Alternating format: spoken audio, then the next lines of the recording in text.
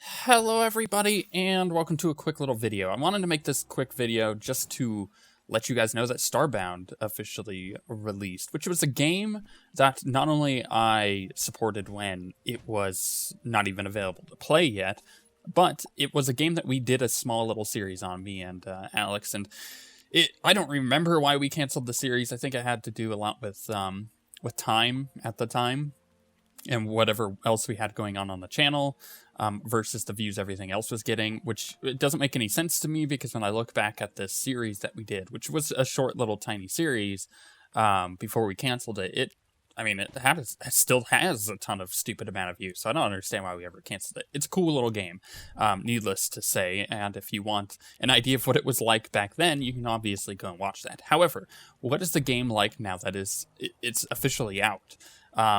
Well, it still retains its Terraria-like, kind of gameplay, where it's the 2D exploration, crafting, building, gathering resources. However, Starbound continues to be different in the aspect of the exploration part, because you have a ship. You can go explore other planets, and all these planets and enemies that you're fighting and finding, and all of that it's procedurally generated in a way that doesn't feel procedurally generated, right? You're not like coming across an enemy that makes no sense. They've managed to create a system that procedurally generates stuff in a really cool way. And this is just one of those games that there's so much content here. Like, all of us pretty much have a stupid amount of hours in Terraria. Well, this game is no exception. In fact, I think this game has a bit more as far as playability to it. Like, there's a lot more content here at the end of the day, because there's an infinite amount of content with, finding these planets. But there's also a stupid amount of stuff that they've added. You can tame pets, which is really cool. You can have like crew members and get a better ship, and then you can go out and colonize worlds. Like, you can literally colonize worlds, which is really cool. And I just like all of that. Not to mention the fact that on release, they now have this mission system. And they had a basic quest system before, and you can see what that was like in that series. In fact, it was cool, but it was very basic. Well, now there is a full story, and when you start off, it's like, do you want to run through the tutorial thing? When you do that, it starts the full main story, and you see what's actually going on, and it's kind of like a Star Trek kind of thing going on, where you were part of this group of explorers who were going to go out and explore the galaxy, but then something happens and you're forced to take a different path. And I think it's really cool, because the story is what pushes it forward, and they added all these RPG mechanics, and because of the story, there's now this moon base that you visit, which is basically an outpost that has all these vendors and stuff on it. You go there to sell things, but you also go there to get upgrades.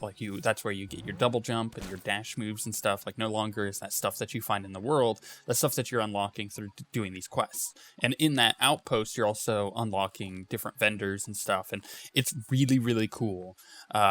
Plus, they added the ability to play the way you want to play. And what I mean by that is, you can just go out and kill a ton of stuff if you really wanted to, follow the main quests that way. Or you could go digging and exploring and crafting and building and making really cool outposts and building, because they have an infinite amount of tile sets, it seems, and things that you can craft. You can make a thing that looks like a moon base. You can make a tribal village. You can make just a normal wooden house. You can make a castle. You can make an Aztec temple if you really wanted to. You could do a lot of stuff, because they have so many little tiles that you can work with, and doodads that go with those tiles. It feels endless, even though I know that there is a limit to it. It's just there's so much of it that you would have to play for 100 hours to even scratch the surface on how much stuff is there. Their artists did a great job. And on top of all that, you have the fact that you could just go and farm if you really wanted to. Do you is Stardew Valley your kind of game? Well, you could just go and farm. You could set up a little farmstead on whatever planet you want. Find a biome that you think is cool. Find a planet that has a cool amount of stuff on it, or just a planet that you like. and then go out and farm. And you could put down like all these stuff. You know, your character has to eat too, so you have to keep an eye on that kind of stuff. But you can farm this stuff and buy a what is basically a little outpost trading thing and put that down, and you can sell all of the crops that you're getting, and you can make a lot of bits off of that, which then can be used to upgrade your ship, to find other cool planets, to go and farm more. Like, you could play the way that you want to play with this game, and I think that's what distinguishes it from Terraria. Terraria is more like it's got like a Metroidvania thing to it. Like, you're exploring that one world, you're going through that one world, but, you know, you find the dungeon, and you're like, oh, I can't quite do this yet, I need better gear, so let's go down into, you know, like hell and get the corruption gear from the corruption, stuff like that, and do the bosses and everything. And your main goal there is like to go through the bosses, whereas in Starbound the main goal is to explore and do the quest line, and then just do whatever else you want to do. The quest line definitely pushes it forward, but the bosses are cool and difficult, and they remind me of the Terraria bosses in ways, but it's not just shoot this thing until it dies. It's you're like, oh, there's this boss that's shooting out laser beams. You have to dodge the laser beams, and in order to actually do any damage to it, you have to hit these buttons, and hit all 4 buttons, and then hit the thing that charges up the weapon and shoots the weapon at it. It's like, it's a cool little mechanic, and I like it. And all of the bosses that I've seen thus far have been that way, and that intrigues me because I want to see the rest. And I know that going into the launch of the game, I already had 60 hours played on this game, and back when it was in beta and all that. And it was a game I was obviously interested in because I invested in the game before it was even out.